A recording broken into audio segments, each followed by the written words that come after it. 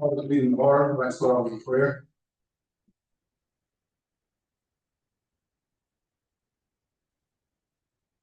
God, we come today for your guidance and wisdom and try to be handling business in Marion County. We hope that everyone understands that everyone needs to be experiencing grace at times of challenging issues that come before us. And let us do our work with diligence and patience and kindness towards one another and try to do our best to do what's in the best interest of the citizens of Marion County. Amen. Amen. Like I said, welcome to the audience. Thank you for watching the time. Freedom of information announcement before the state of South Carolina for Region 76 as minute. The Marion Star Mullins Enterprise have been notified of date, time, place, and agenda of this meeting. Approval of minutes. February 10th, 2026. Got a motion, got a second, any discussion? First, aye. Likewise, okay. Mr. Brown, on the record, I have Councilman Allen Moore. I have done. At this time, we'll recess regular meeting and open public hearing. So move. Second. Got a motion, got a second, any discussion? On Thursday, aye. Likewise. Mr. Chairman, members of council, those in attendance, we have one item for 1.45.09. And ordinance authorizing the amendment of ordinance 2024-4, including the final limit for the coming July 25. By the attendance of which the full board districts. Review or circulate this. So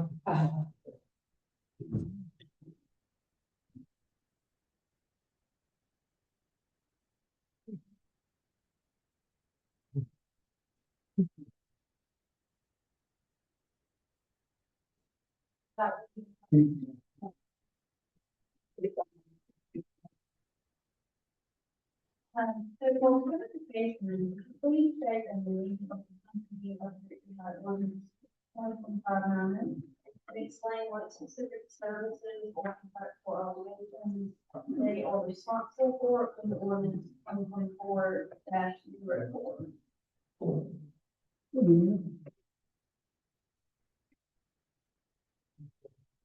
Format of this is supposed to be people speak for it. Council doesn't have to answer the questions. Totally up to them if they want to answer the question. When we get to the ordinance part, that you may get what you're asking for. But I was just saying the format of a public hearing, this is simply to state whatever you want to state about the ordinance. Do I know? Yeah.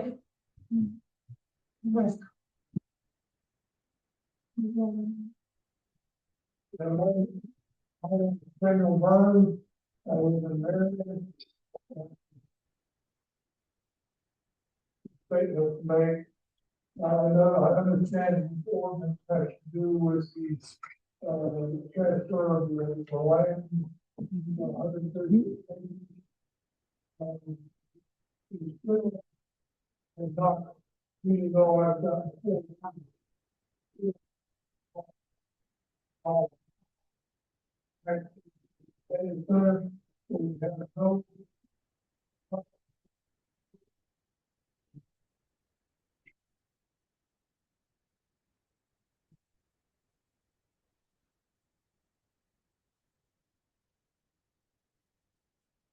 No,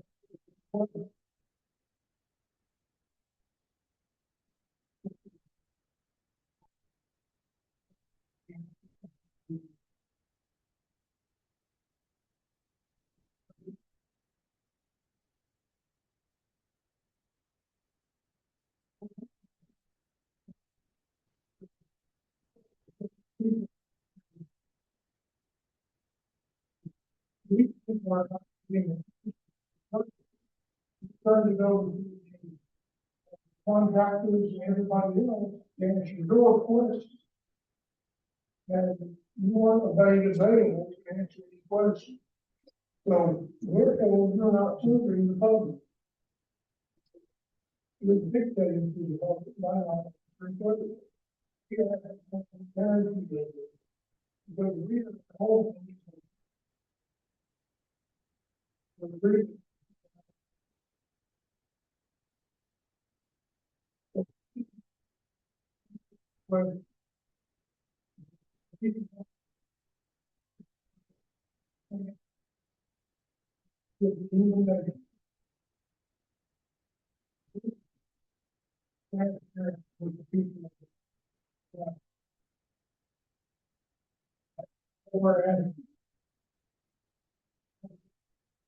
things down. Still, we don't have anything, local answers. We don't have anything from our public service. That's what we want.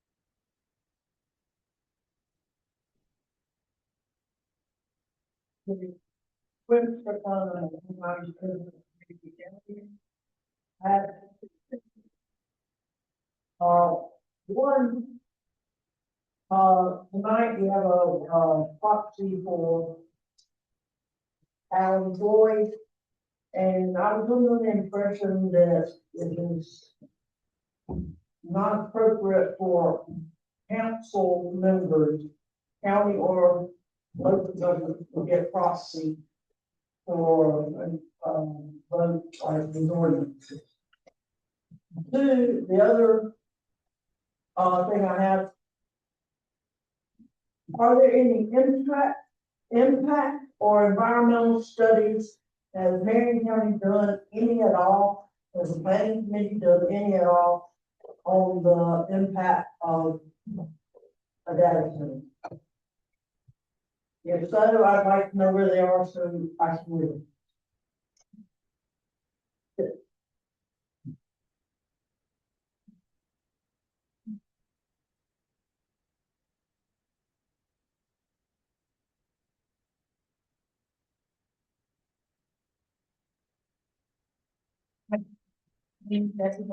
I live in Marion County, and I would like to say that how can we act to be for it or against it in an ordinance that we have no ability to.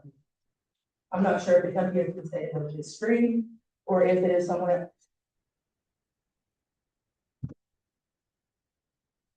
Also, I would like to ask for a moratorium on any and all decisions that you will make for this county. I don't believe that we have correct information on who has conflict of interest where in this.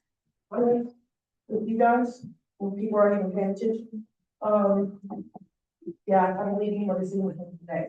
I believe that it's a clear conflict of interest for someone to on so many different boards that they're working for each other, and there is clear money being made on those. You know,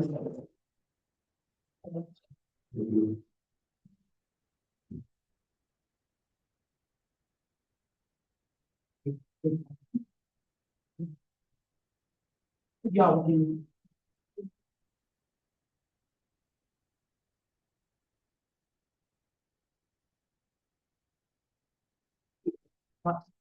Thank you for the opportunity to speak to you guys.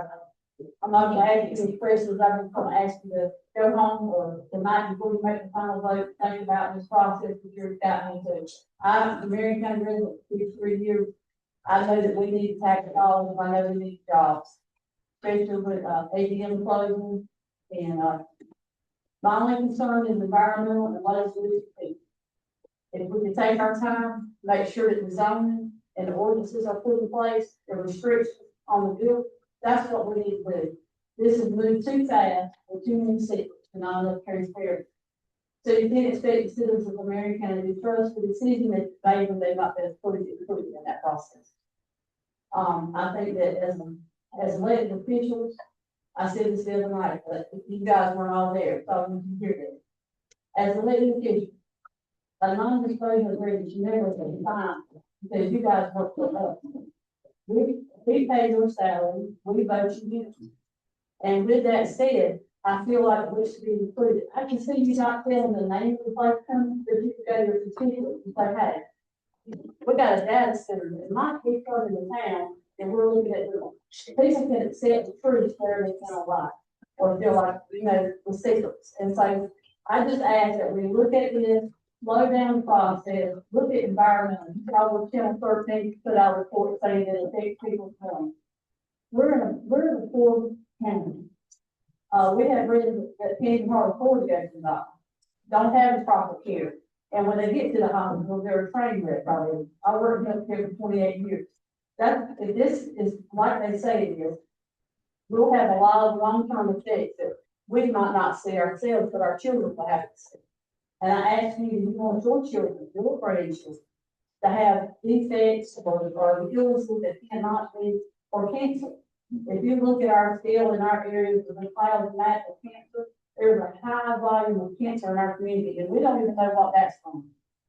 And so we're adding another source that can be even worse, that we don't have a lot of data. And you see different, like Virginia, say, oh, I'm the data center of the United States of America. Let's slow down and let's see what's going on, because we're having a lot of concerns about this. When you see Texas, and you see other states, Dorchester, down in Florida, the eight legislators, they have just started saying, oh, let's slow up a minute. Let's see what we need to do about the zoning and stuff. I just want to make sure we got people on zoning and planning that I'm not really sure are capable of making decisions for data center about the right zoning, the right everything. We need to make sure we got the right professionals on a team job like this. It affects all of us, not just you 7 or 6, it affects us.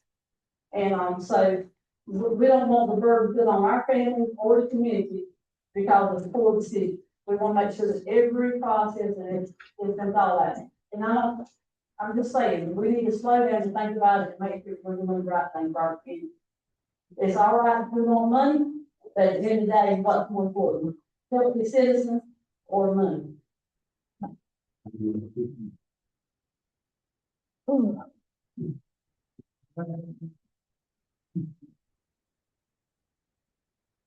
Anybody else?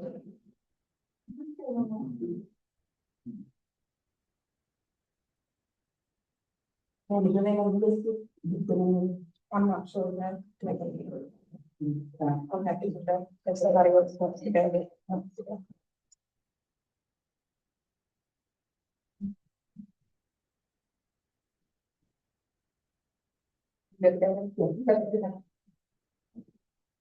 My name is Chelsea Barnhill, and one thing that I do want to know is more than likely, I feel like this was swayed just because this was something that was totally different for us economically. I totally can understand. Marion County is very fortunate. We need the jobs. I'm not disputing that at all. But I'm feeling like it was a triple. One person told you yes, which goes to another, which goes to another, which goes to another, which goes to another, all the way down the line. What I'm asking is I pray that each one of you have truly done your due diligence and research data centers and research what is behind them before you go forward with this final. That is it. Just pause and research them. And if you have, and you've done your due diligence, then proceed with your heart and go forward. If not, you owe it to us and everybody else in this county to do that. Please pause, do it, and think about it, because the moment that the NDA was signed, many of us feel as if you quit working for us. Many of us feel like we were not heard. This happened at a very poor time between the second and the third reading, to which we were not informed properly. And I do not feel like any of you have truly been able to research the long-term effects that have come from this over and over and over again. However, I understand that technology has changed. Data centers have changed. All of these things have changed. However, this is something that needs to be paused and thought about strongly before we go forward. That is my last. Thank you.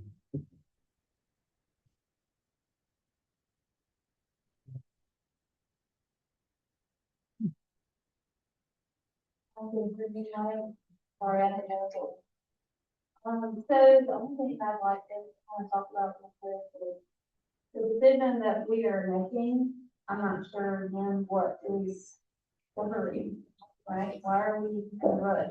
Because again, I don't feel like we have an environmental study on our side, typically with private options. The state has a requirement to do their environmental study, and then the company has it.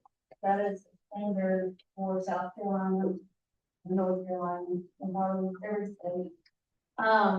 And so, you know, the other night when we were here, we were told that we already have the power infrastructure. Well, that may be true from our electric, however, we have a whole nother project, which was for CMT Cooper. And they are doing the Red Bluff. I think it's 240 kV or 230 kV project at the river. And so for environmental scientists, you know, everybody thinks, oh, solar panels are green, they're fabulous. Really, they're not, because when you look inside of what a solar panel is, it's heavy metals. And so once your solar panels are used up, what do you think happens? And where those locations are is there at the river again, and that's about 17 minutes from here. And so the transparency again, all right, so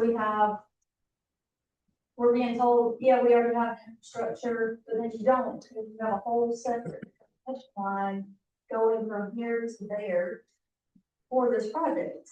And just because you section it off and this is for this and this is for that, they're all connected. Like we're all connected. And if you work in silos, it does feel the same. Whenever you were campaigning for your seat, did you go around and say, hey, I'm so-and-so, please vote for me. Here are all my attributes that are special about me and that make me eligible for this seat and why you would want me to be here. But you didn't do that for this. And you're not doing it. And then your seat goes coming up, right? So you want to have that transparency about yourself, but not about our future. And you're not working for yourself. You're working for this county. And this project isn't just about this county. This project is about 9 counties. And that started with NISA. And if you go back and look, what was it, Northeastern Alliance, whatever. I think it's very interesting that we bought this property last February. And it wasn't disclosed. And it was bought under a land subsidiary under Barber Electric. And that's who owned it. And we have people that are sitting on that board, Ms. Williams. And we have Ms. Williams sitting on this board. And so it just opens the question of how long did you know about this? And why was it such a secret? And why are we keeping it a secret? So I think that's the issue of the transparency. And then the NDA. But the important thing is, if you want to make it right, talk about it. There's nothing saying you got to make a decision today. And if it is, what do they say? Anything that you have to do today, somebody pushing you into something probably isn't good, right? And we'll be the ones to pay for it, because I don't know if you know, but when you have a data center, to my knowledge, this building as a whole, these people are gonna have this building and this facility for lease, and they're hoping 99% sure somebody will say, hey, I want to put my data in here. That data can be gambling, online gambling. Do we allow gambling in the state? No. It can be sex trafficking. There's all kinds of stuff that goes into those data centers that you don't know about. And do we want that in our state? No, I don't. And so that's the thing. You have all that hope that they're going to come. Y'all have the hope. I really don't. And then when they don't come, or they come for 5 years, what do we have? Again, the industrial park buildings that are there, mostly vacant for the last 20 years. And then you're just going to have this footprint again that's there. So I think it's important, again, like other people have said, for you to take in your oath to sit in those chairs and represent the people. Remember what you said when you took that oath, and you think about how serious that was. and you remember the people and what this means to them and our future, not just your future, not just your pocketbook. Because at the end of the day, people can follow money, whether there's an NDA or not. There's ways around this. And that's something that we need to remember. Thank you.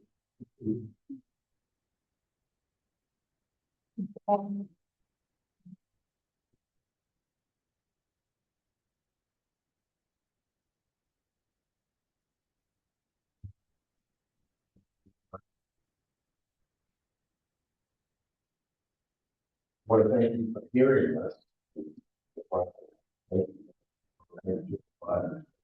Hey, let's slow down, let's get information on this, that's how you go, and I appreciate it. Mine is 2 points, you know, when you have a contractor, you get a performance bond. And in this case, we're kind of stepping out with this new technology, whether it's solar or whether it's, the data center's new technology. And I like some kind of performance bond, so if these guys walk, we're not sitting with this building that could have issues as far as contamination or toxicity or whatever. So some kind of performance bond. I talked with Jeff Singletary.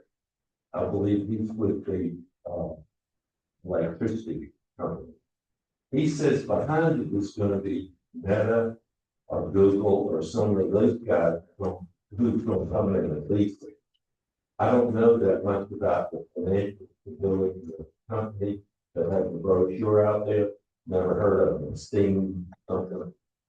But if we could get Meta or Google to give us a performance bond that over the next 20 years, if we get stuck with this building, you know, we're not having to pull out and tax the citizens to get rid of it. And or to take it down and do whatever manner. There's some kind of concern there, just like you do a contract, give them to sign a performance bond and not just a lease or maybe a shell company. Get somebody who's behind it. The last thing I have is small modular reactors are available on submarines. They've been available on submarines and ships for 20 years. But they need to supply their own electricity, which is the way our nation is going, whether it's in the state level or the national level. They need to supply their own thing. They can do small modular reactors. It's not like these big troublesome nuclear plants. There's a newer version of it now out of Copenhagen. It's a salt reactor, to where we can take the waste from the Savannah River plant and convert it in, and it's even safer. We could get 100,000 homes that have electricity without, with one little reactor, and about the size of a house. So what you could do is they could have half of it, and we could actually attract more industry because we've got stable electricity.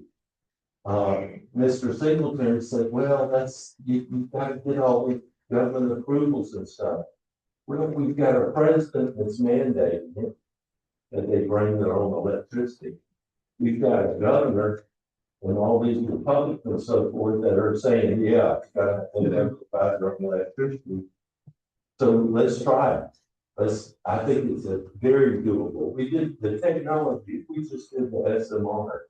The technology has been there for 20 years, and the lady here was talking about, we've got Navy people that have retired that have worked on these submarines and stuff. We got the resources. So I think a little more, since we're taking a risk on this new technology, I think it's worthwhile to look at those 2 points. So thank you. Thank you.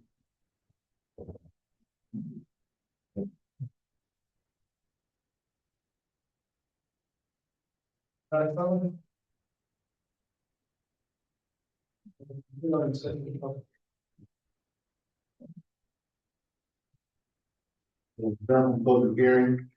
convene the regular meeting. Oh, second, got a motion, got a second, any discussion? There's the aye. Aye. Vote likewise, I have it. Resolution. Listen. You come over there. Please come over there.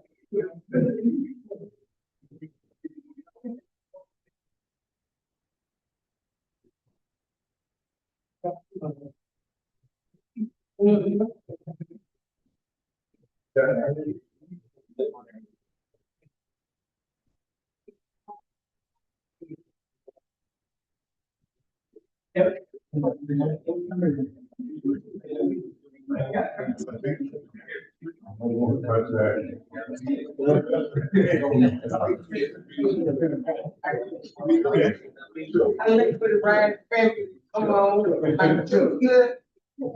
James, his wife, Fred and his wife, man, y'all know about it.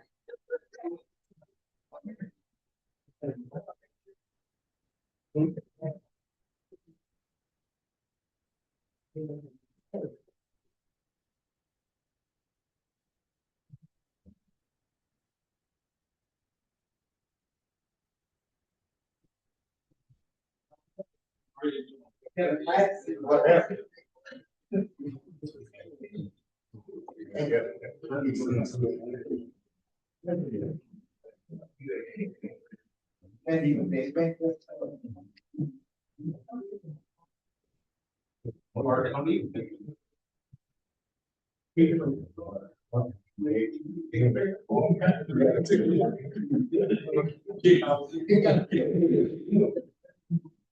All right, great, it gives me great pleasure as I look at this, present this resolution. I do want to make sure as I read this, that I credit someone who, hemmed a lot of this, information that's in it, that's Steve Williams, this content. So whereas due to her exhaustive list of life achievements and continued service to her community, including being the first African-American female to be elected to serve as Marion County Council member, and further, as the first African-American kindergarten chair and vice chair of chair, many Marion County residents know the name of this community Smith. And whereas at the time when the books are being done, in schools, inner city schools are challenged with informing students rather than informing them. And when some students, instead of reading books, are being booked by school resource officers. So this has secured thousands of books to inspire their students as a mentoring school ride. The books that help to instill self-esteem, self-respect, gratitude, courage, expectation, responsibility, perseverance, and sense of purpose. And whereas along with copious amounts of reading material, this has provided a cadre of community achievers to grace the halls of our school. These accomplished individuals include writers, speakers, authors, musicians, artists, craftsmen. I didn't think I was a whole lot there. Educators, administrators, bankers, policemen, firemen, politicians, lawyers, preachers, doctors, nurses, athletes, business leaders, and other community leaders. And whereas for over 12 years, she's done this with one goal in mind: to enrich young minds that would otherwise succumb to hopelessness and a condition called possibility blindness.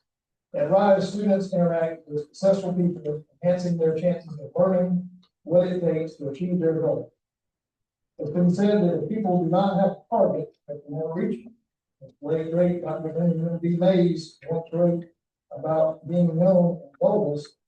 Tragedy of life does not lie in not reaching your goal. Tragedy lies in having no goals to reach.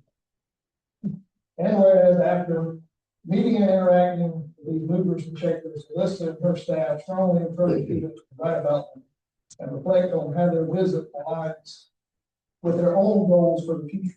And whereas, but how was Elista, a former county council, planning on counterbalancing their socioeconomic condition? Where would she find the buffers and countersignal students for provide the family's needs?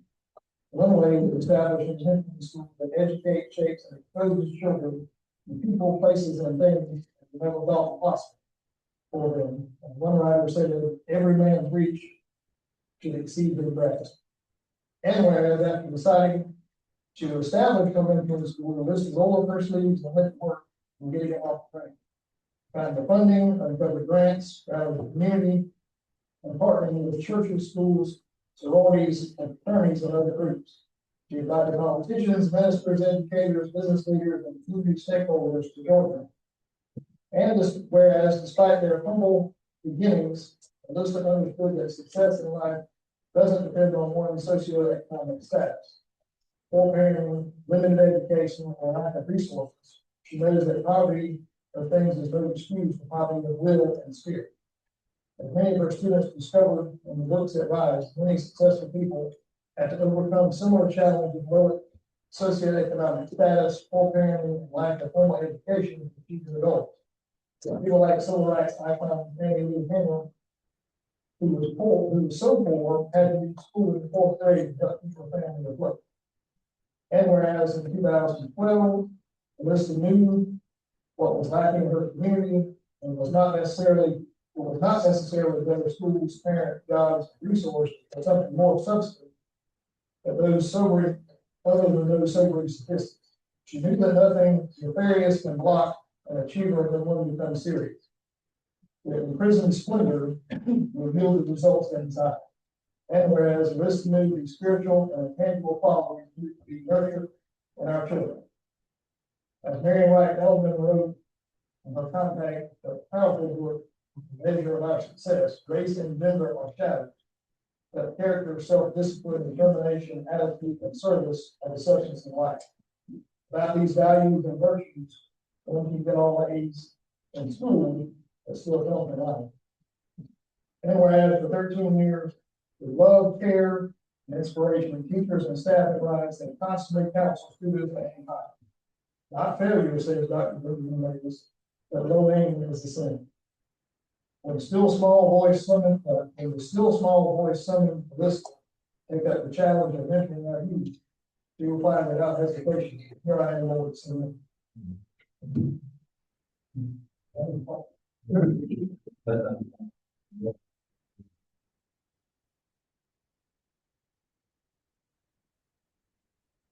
Sorry.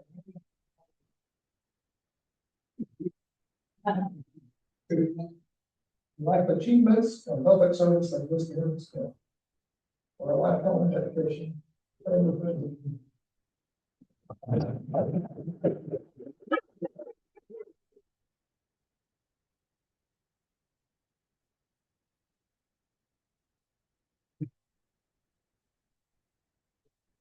just want to say that to the council, thank you for everything that you ever done for Marion County.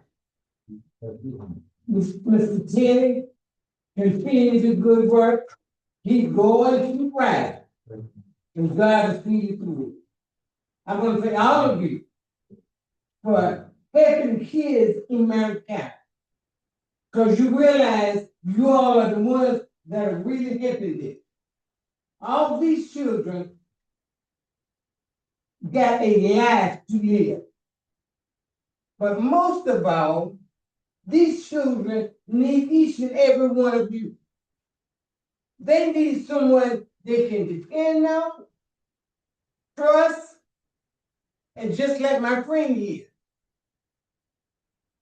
I didn't have to ask him for a thing. I started at school. First thing I got was a copy from him. They tore it up, but I got it. And still got it. So it's you. It's not Elista. They have done nothing for Marion County. Everything that got done here is because of each and every one of you. I love you from the bottom of my heart. As long as I live and God bless me, I will continue to work for this county and the children of Marion County. Thank you.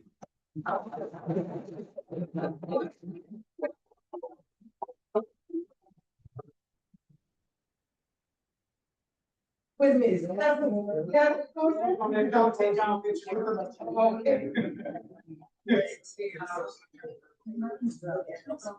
Wouldn't Mayberg be proud? All right.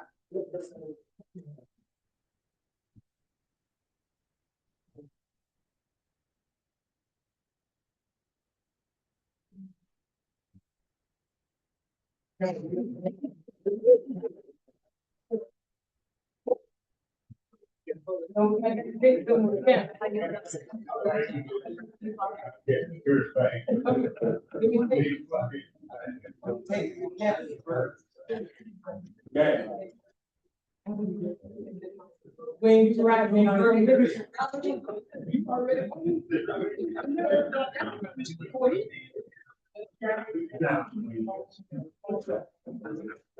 okay.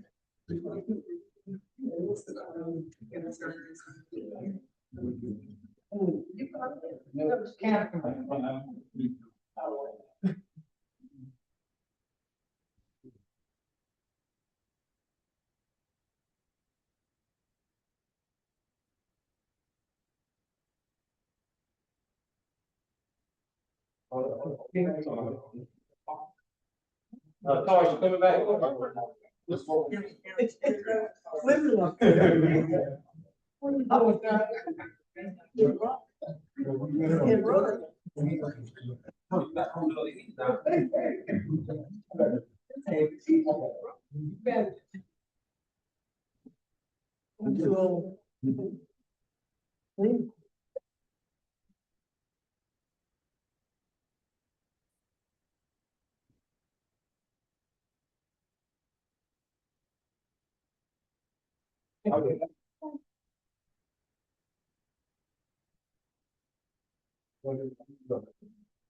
Yeah.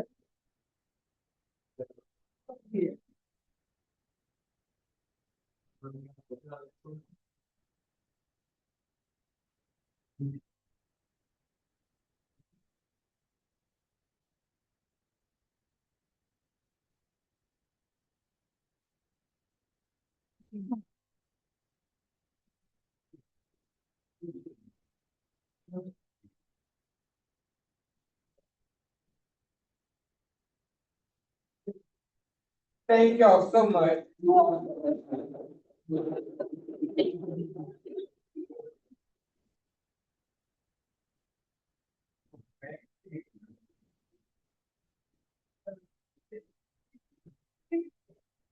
I'd just like to make a comment about Elista. Yes, ma'am. She and I served together for many years. Not saying we always agreed, or some months we didn't agree at all. She always stood her ground. But I tell you one thing about this committee. She never told me a lie. And that's hard to tell me.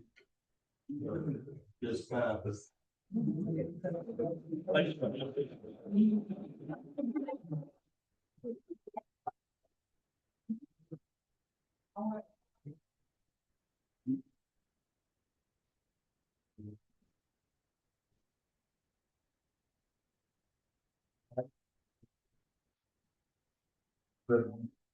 One is for living with people.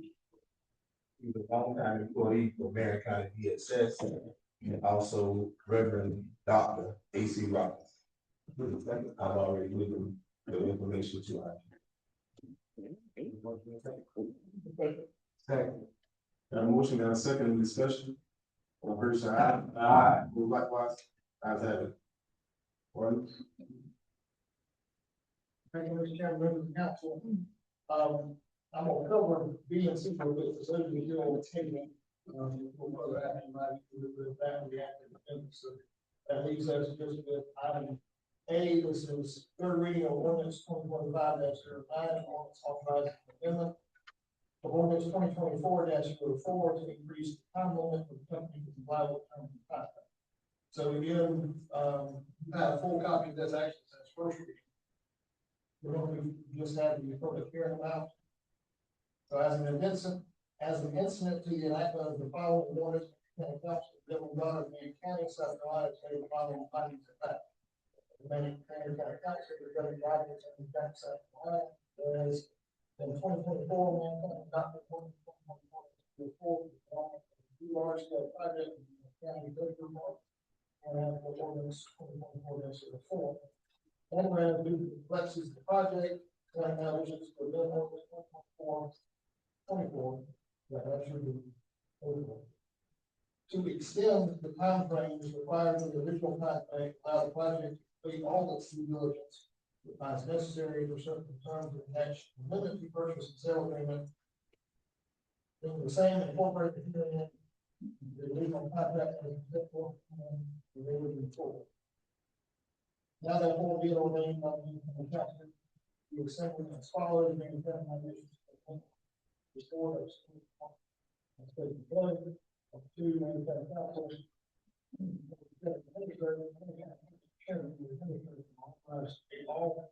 Such actions as to execute and deliver all such instruments as may be required to effectuate transactions contemplated by this ordinance. This ordinance shall supersede and amend its entirety other ordinances and resolutions of the county pertaining to transactions contemplated herein. This ordinance may be amended to further ordinance by further ordinance of county council. Should any part of this ordinance be for any reason held void or invalid, it shall not affect the ability of any other section which is not itself void or invalid. This ordinance shall be effective after third reading and final reading thereof done by the council. And then it is 26th day of February 2026. Attached to it is the amendment. Basically, all of this we believe amends the terms of the contract to allow for the clawbacks to be extended through December 28, 2026. Any questions if you have, we need to take action on third reading. Here's my attorney. So moved. Second. Got a motion, got a second, any discussion? I have a couple of questions. Well, first a statement, so make sure that it's clear. What this vote is about is not the multi-county industrial park. That was already voted on third reading. Okay. I think there's some misunderstanding that this, what we're voting on today is about contract between the county and the company that's related to that product. So those are two separate things. Who's the company, Joe? Um, It's not Stream, who is it? well, then the third reading, we got to figure. Well, the amendment contains the thing, it's already built. This contains the. So my question is, because I've seen a deed where the property was already deeded over to mobile development team and fee simple, why does the need to do this? Because of the clawbacks that are contained in that contract. But if you recall, all that started, somebody's comment I saw a couple of weeks ago, she was right when she said this, all this was really being talked about over a year. Because there was another project that was involved, it was still through the same entity, development group. But that project picked up and went somewhere else. I find it interesting that some of the folks are talking about it, I get it from that standpoint, about the secrecy of this nature. And the reason for that is exactly what happened on the last project.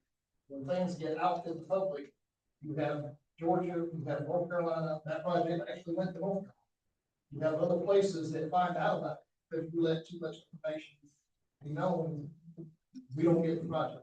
That's something that has happened. Every single ordinance, like the fee and lieu ordinance passed before, which Mr. Brother was talking about, that we passed forever. They've all been done under code. Because that's how you have to do it in the economic development sector. Or else you lose your potential to get that project. So that's what all this is about. And then it's because there's callback with this new company, when Stream came into play, you've got to allow the extra time for them to do the same things that they would have done had they done the project themselves. So that's all this does is resets the time frame with the clawbacks and that, for that property to come back to us, so that we'll allow them to move. So we could also add some additional terms to the contract. I don't think you can at this point, because when the callbacks in tomorrow, Okay, well, can you clarify for me that in the original agreement, it said that there was a consideration would be the company developing the property in cash? In the original agreement, the project document, it says the property would transfer over to this company. And instead of cash for consideration would be that company actually developing the property for the purposes of the project. You're talking about from Margaret Development Group, yes. Yes. So, but the deed says consideration was paid, it was $5. And that's really not all it says. It also says in the body of that document, it was pursuant to the terms of this very contract we're talking about here. Well, I think we should discuss that more. Was that property even bidded out? Excuse me. What was the bids? Please, Sorry. I think we should discuss that. We should take it into the executive session and conversation. I have no problem voting on, but I think we should do some more clarity. I'm not clear. All right.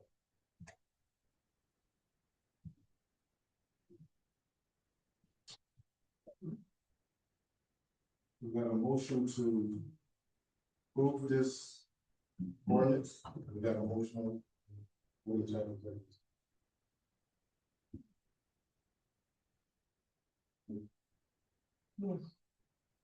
All in favor of approving this ordinance? Aye. Aye. I'm waiting for executive session for my time. Aye. The approval of the ordinance. Yeah.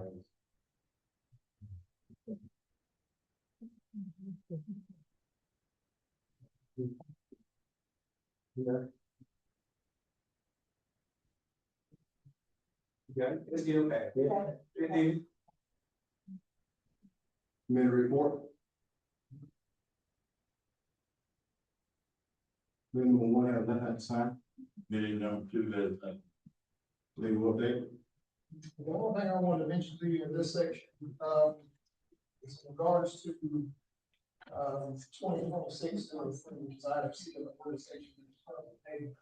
That was tabled to allow us the opportunity to get this property appraised, which is, what y'all asked for. I have talked to 2 certified commercial appraisers, and they cannot appraise it. They told me, first of all, because that's landfill property, it actually has a negative appraisal because of the issues in and around the property. And then, so then I asked them both, okay, well, can you just appraise the out? That's really what the company. And both of them told me it's chattel property, it's considered personal property, and there's no basis to appraise that. So I don't know where that stands at that point, but I don't know if it's something you notice in appraisal, but we might want to talk. Kind of results in my efforts and can't get anywhere with the appraisal part. I just want to bring that to you. We thank you for that. That's it, return. Yes, sir. Mr. Don Strickland, PD RTA. Sorry.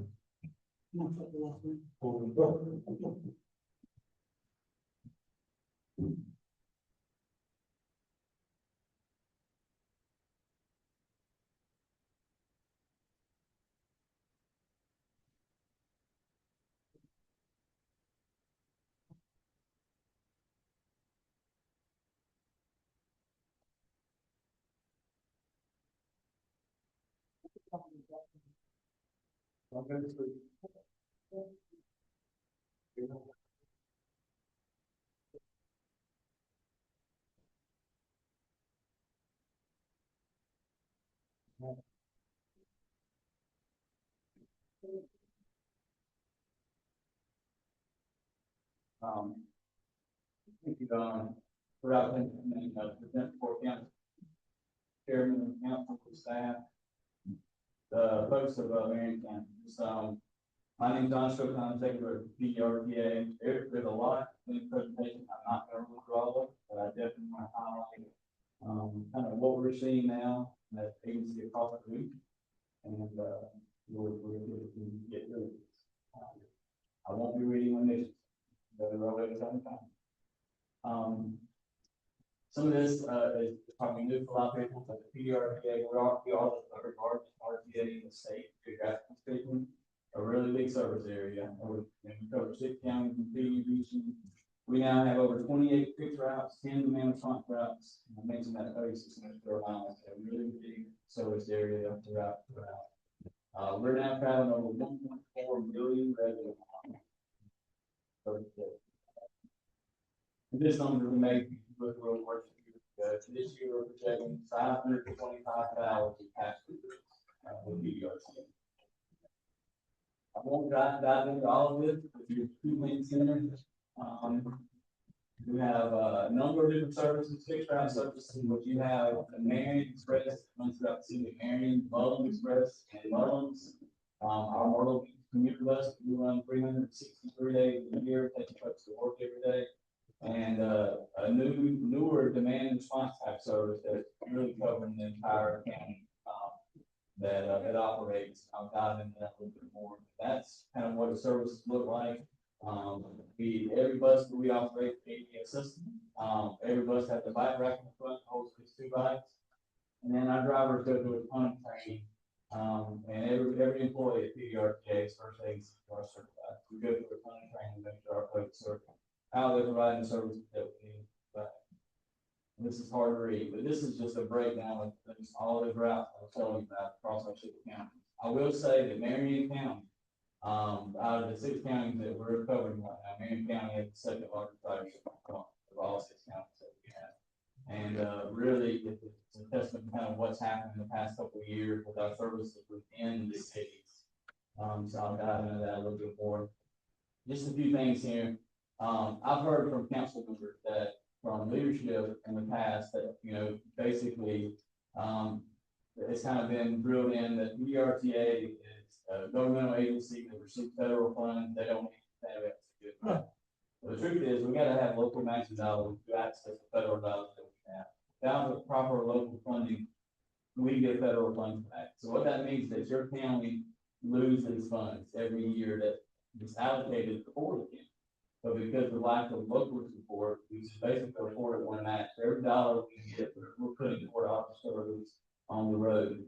So basically what we're doing now, this data is actually outdated. This is based on 40,000 trips a month. We're now exceeding 50,000 trips a month, but you see the impact, over $62 million a year.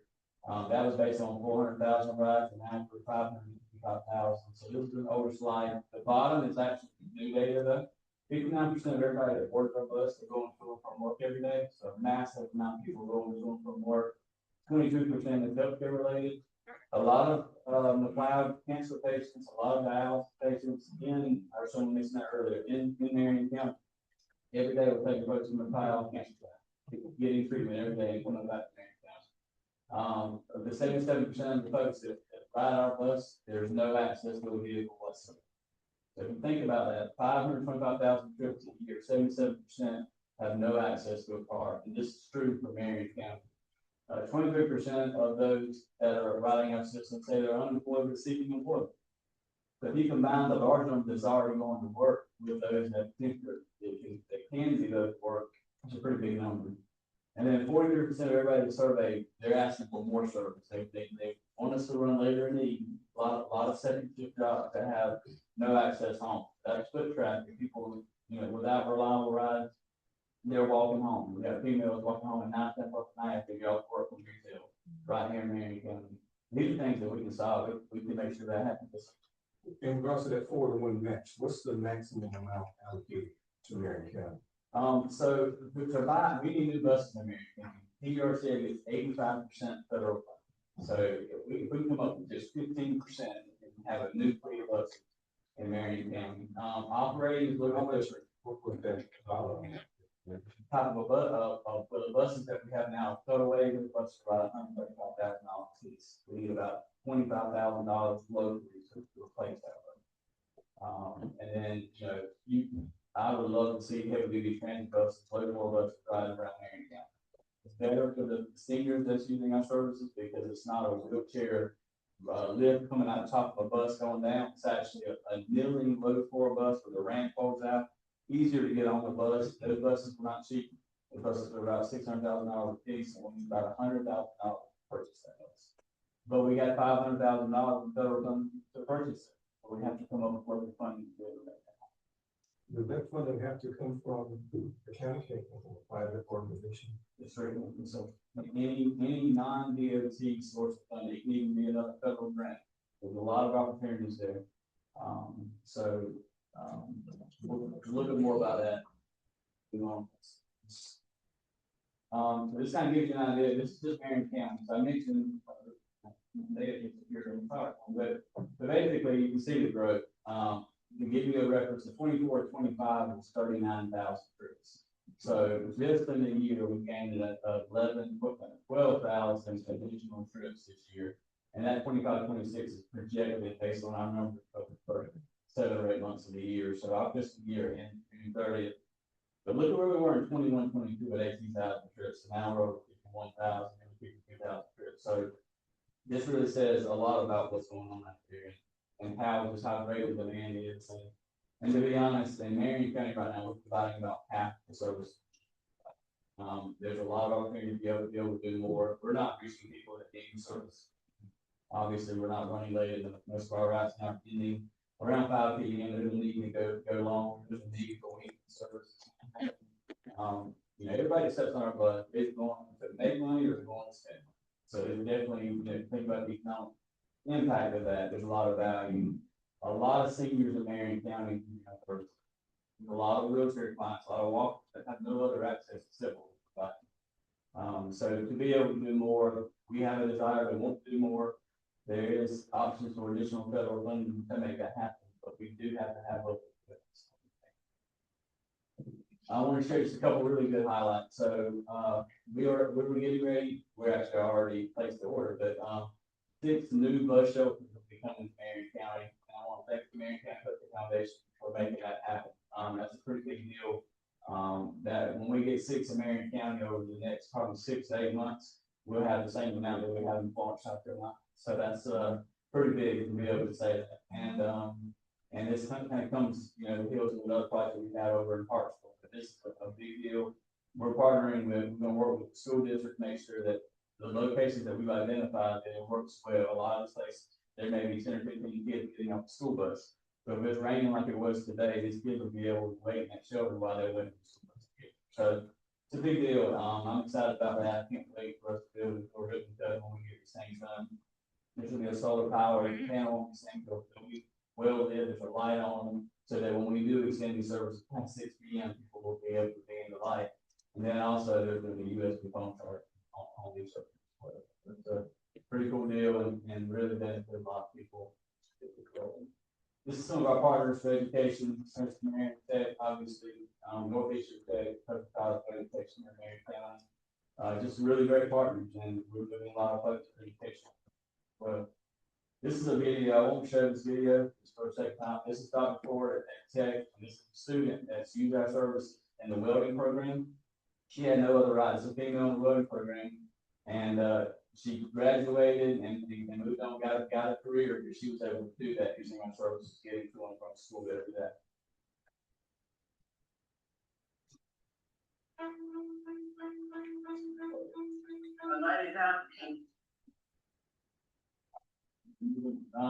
This is again more about workforce development, what's possible. We need to go more in Marion County. I would first say that there's more opportunities. Some of what we have going on now has been tied to just that funding. I do want to thank Marion County Progress and the Healthcare Foundation. We were on the verge of having to cut some services this fiscal year because of the lack of funding, but they did step up and help us bridge that gap, and with the additional $25,000 to $30,000 that allowed us to make sure we're good until June 30th. Beyond that, we still have some work. Just some partners that we work with. Harbor Freight Tools is a good one, but we have about 155 associates for Harbor Freight Tools trying to advance this. And so it's just a really good program to show that what's possible, with those with the business partnerships. This is another video. It's probably going to make me. and that's your GM and Harbor Freight food there, and he's talking about the service that we have and what it meant for their turnover. Now, we discussed last year possibility at that location, that, industrial park. Yes, sir. The possibility of them giving, Marion County residents vans and carpool, so they would drive other, residents to those jobs. Yes, sir. Is there any traction on that? That's still a possibility.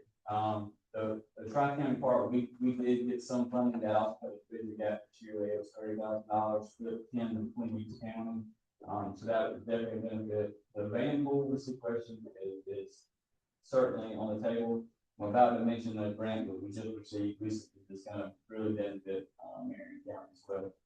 You can see our healthcare partners. I mentioned the cancer patients going bad every day. It doesn't stop there. I mean, it's, NUSC Health across the board, there's a lot of partners that we work with. And everybody you see here is a local funder, but even with that, there's still a gap when it comes to local support from the federal dollars. This is another challenge we face. This is our state funding. In 1987, I know it's hard to see this, but the state, through the fuel tax, we were, RTAs across the state, there was only 7 at the time. We received $6 million. That's the pie chart on the left. You can see the big slices. Those are nice. On the right-hand side, this is 2025. The number is still the same, $6 million, now it's 34 systems. So this is something I'm hoping that we can overhaul the state. I hope our senator can help push this narrative to try to change things. Our, the SCDOT and Office of Public Transit, that $6 million has been that way since 1987. We're pushing and trying to fight. Right now, we're trying to work the way it means to at least turn that $6 million into $18 million for this year. That's going to take someone to really step up and realize what the need is and kind of push that through to be able to make that happen in this current budget. And that is the goal. That's what we're fighting for. That would have a direct impact on Marion County if we can pull that up. But that's really a great need for it, because the more that happens there, the better off we are locally. This is just a slide. We're in the middle of a transit study right now. It's being paid for. On the left side, this is PDRTA. I know it's kind of hard to see, but both of those are short. 11% of our services are funded by local government. If you look at all the other RTAs, there's many of them. The average local for most RTAs is around 50% local funding. And this is done through different means. This is done through transportation tax, it's done through road use fees, vehicle registration fees. Those are things that we're not part of that really, because of the services that we're providing, we should be in that conversation. I know after this part, we have a capital sales tax. That's actually something that could be done for vehicle access through a capital sales tax. I don't know where we are in Marion County right now with that capital sales tax. That could be part of the conversation as well. We have to move the needle. In 1974, when RTA was established in South Carolina, there were basically 2 or 3 means of local dedicated funding. One was the transportation tax, one was road use fees, and the other one was basically like a child. So that's the 3 models. It's not the general budget. It's not to give Peter $20,000 or $30,000 general. It's to be able to do something across the board that allows us to really drive home that 4-for-1 or 3-for-1 match that we're bringing to the table. If we were able to get another $100,000, that equals $400,000 service. And that's my goal. And that's kind of where we need to be, whatever it takes. This is just a couple more things I was talking about. Registration fees. This is an example of what Florence could do at 107,000 registered vehicles. I know Marion County is probably somewhere around 25,000 registered vehicles, but it's still impactful. Even $4 or $5 at that rate produces over $100,000. So I would love to have these conversations to figure out what we got to do to make this happen. Again, you want to do more. If we put 4 more buses on the road, that means we're hiring 4 more employees for Marion County. That means actually more. We're going to hire a dispatcher and mechanic to help work with it.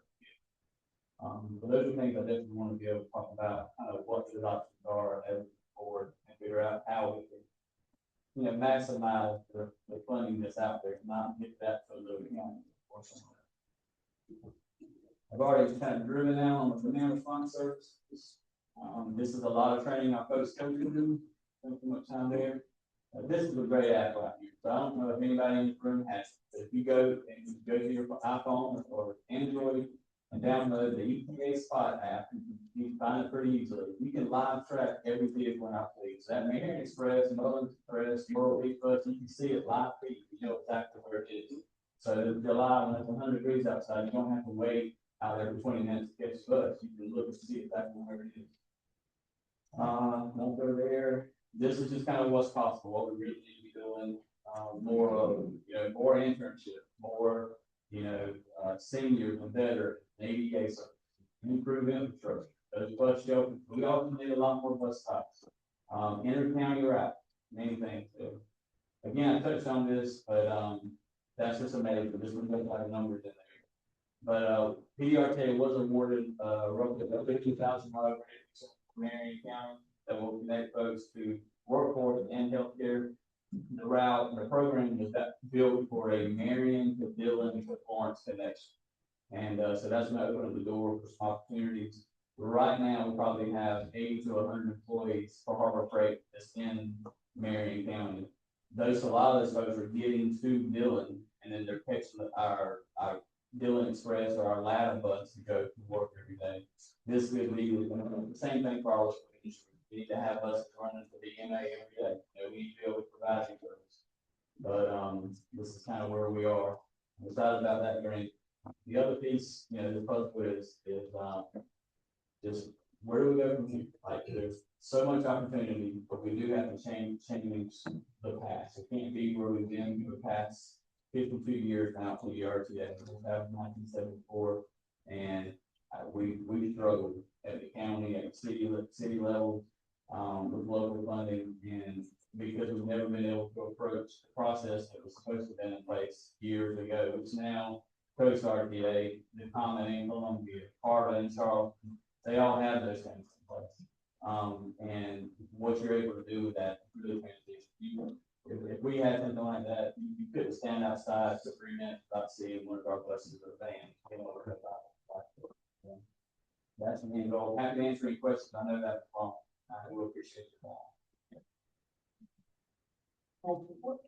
What are the main sources of your funding?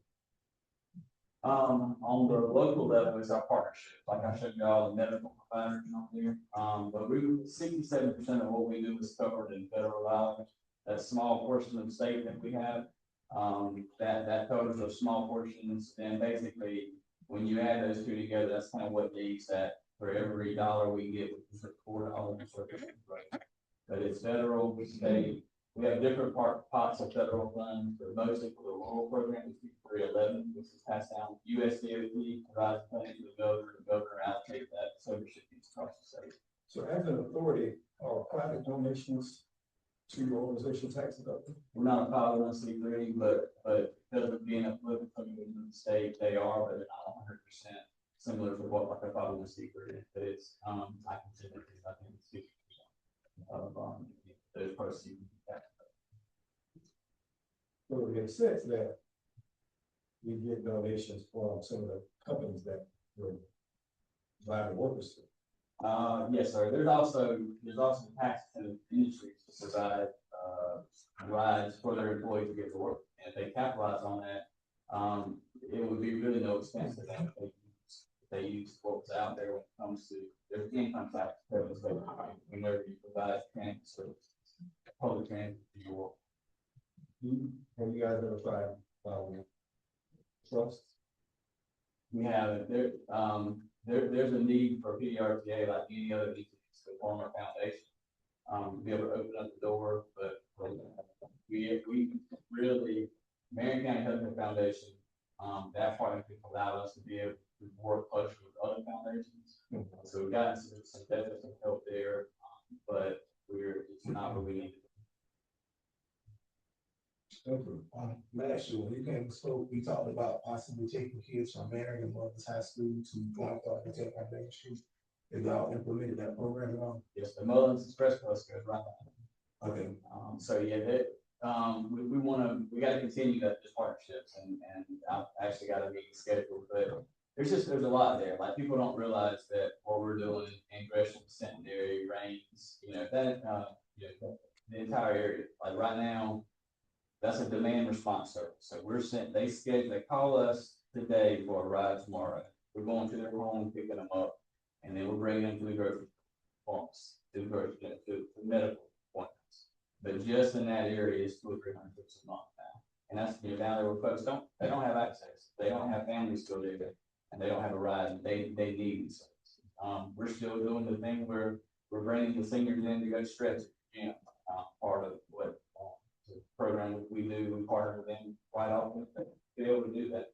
And that's, gets them out of the house. They get to be around other people for change. There's just a lot of things. I'm sure we're actually done a little bit of work to get some folks in-house as far as admin. We've been in very short time for a long time. But we got to do more advocacy, more awareness, because even today, we're pretty much maxed out in service. Like, we have buses driving around Marion County. Don't see it all the time like Marion Express. There's times during the day, certain hours where it's almost full, no seats on. So being able to right size that, bigger access. But if we were to really go out there and push and increase awareness and educate people, we're not even close to where we need to. When I say we need to basically double in Marion County, our ridership, if I had the funding today, within 12 months, we could take that 51,000 to 100,000. And this is because we can't push it out and educate much because we don't have enough buses and enough drivers to go out there and handle what they need to do. Although we gotta do that, we gotta make sure the folks that need the service, have the service, but we're just limited on resources. Thank you. Thank you, sir. Thank you. I appreciate what you do. Administrator Nick. Karen, members of the council, don't have a lot to update you on, but we want to call to your attention again to resolution in capital sales tax project resolution that you all adopted at our last council meeting that was presented by Ben Ziegler to review another capital sales tax project. And of course, we have a deadline, I think it's August 15th, that we would have to have that information in the DOR so we can have a referendum in December. And of course, the council would have to appoint 3 members to this commission. It's a 6-member commission. The council would appoint 3. The city of Marion would appoint 1. The city of Mullen would appoint 1. And then there will be 1 appointed for the town of Memphis and Salad. And once you all adopt that resolution, you have 30 days to kind of start that process and get that done. So time is of essence, even though August seems like a long way off. It's a lot of work you have to do get prepared for the referendum and submit to the DOR. So just want to know how you all want to proceed. Question on that, Senator. It's been the normal process. This is the normal, yes, sir. This is the normal process, and this will be the 3rd capital sales tax project. It's the sales tax project. What it all about. This is the normal process. Can you explain again how a person picked or seller in the middle was appointed in? Actually, the council can choose that person. But I think it would only be fair to have input from the officials, elected officials, the mayor and so forth, the town of Memphis, and likewise for the town themselves, so they can have some input as to who they might want to represent them on this commission. And that person has to be agreed on both. Yes. And it worked, pretty well the last couple of times. That has not been an issue. There's not been a problem in them working together to choose someone. But we need to get this problem, if that's the will of the body to do so. do the county and the cities meet to discuss this before? I think that will be, probably, if we have our attorney here, might want to, chime in. The last two times, both the city of Marion, city of Mullins, they were included as through their members of the league. I'm not sure what salary. According to Mr. Ziegler, last you stated that city of Marion, city of Mullins selects the person. That's why I asked. That's what I was. Yeah. Oh, it's more simple. Yeah, that's why we had some issues class third, because they were under the understanding that it was only 3 municipalities in Marion County. We had to clarify. That's right. I have a message into Mr. Ziegler and heard back, so I can better clarify that. I want to go on the record by saying I'm definitely looking to have input from their mayor or even from their town administrator. I think the takeaway is what Williams is talking about, I think at least by next meeting, we probably need to have more names, county perspective, that would be place. Okay, but I would like the same for the town, so. And I guess we need to convey that message to the city officials, right? I'll do that.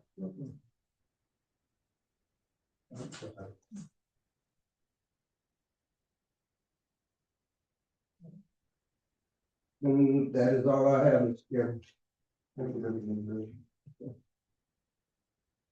Requests and comments from members of the council? I'd like to thank the Marion Maintenance Department of Transportation. They came and took care of a serious situation on Paul Richardson Road. The road was getting wiped out. They're still working on it. We're gonna have to find some kind of long-term solution. Maybe a small bridge like that part of the road got wiped out. We're very quickly. And they came in and put some tiles down, but I talked to the guy that got there and it was like, this is just a short term. And that's the county road, At Paul Richardson Road. state road. State road, yeah. So they had to close it down. I wasn't aware of that. What happened last week, part of last week, just kind of happened suddenly. And Highway Patrol as well, when I called them, they came out, saw I shut the road down. So now It's got washed away. under the Maple Swamp area, Yes. the swamp goes, a lot of times over the road, because how low it is. Underneath, there was some tile, but that's been an issue now for 10 to 15 years. Just so much water is moving, so sinkhole pretty much. They Was use there a tile that goes in there? There was. There was. I think it must have caved in. Okay. So there's 2 sections where the road, I see pictures of it. Drop And in. I'll get with you and I get the DOT and we'll kind of meet and have that discussion and see what. Address that. Sounds like they need to put in a new tile. Well, they put some in, but what those that there is that this is how much water that's coming through. This is just a short term fix. So they should have put in a bigger tile. We did out there. The volume of water. Yeah. That was a bad name. Well, that section is probably from where it starts to dip until it hits that curve, that's probably quarter of a mile, maybe a little longer. It's just a big drop. I just want to raise one concern about the data center. I looked at the materials that the company posted stream. And they have on there, they have the 3 buildings, the first 3 buildings identified in one building. And then underneath it, it has the outline, 3 more buildings. But then there's 3 sections where it says areas for expansion. So it appears that there's going to be more than 6 buildings once they're finished with this project. And that's included on the little billboards that we bought here for the public to look at. And so we may have to go back and amend the ordinance to put in some kind of cap. Because it's in their agreements that they're gonna expand this thing beyond the 6. I just want to put that out there. Good job. What's breaking ground March 31st? We want to be there to support y'all. There was a question raised by someone, constituent, but just want to make it clear. We will be going forward. We will be, had a quick conversation with our administrative office. Filing our ordinances of the post office. That's required by state law. And, fortunately, we did that. We voted last year to do that budget. It wasn't being done, and this will take care of that last year. But we've got to focus on getting all those ordinances that we have filed with the clerk's office. So what that will do is take some of the FOIA issues that Ms. Sabrina has to deal with on her desk, and we go to the clerk report, where they can go find those places in these there.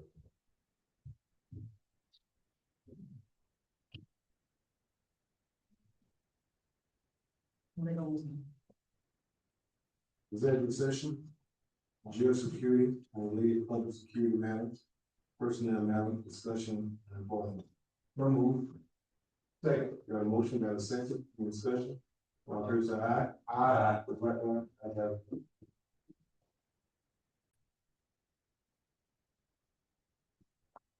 Going to executive session, no action will take it, the motion to come out of executive session. So moved. Second, got a motion, got a second, discussion. All fair say aye. Aye. Who's likewise, I have it. Move this up down. None. I'm over adjourned. Okay, okay. So, something. Oh, good, we. That's it? That's it.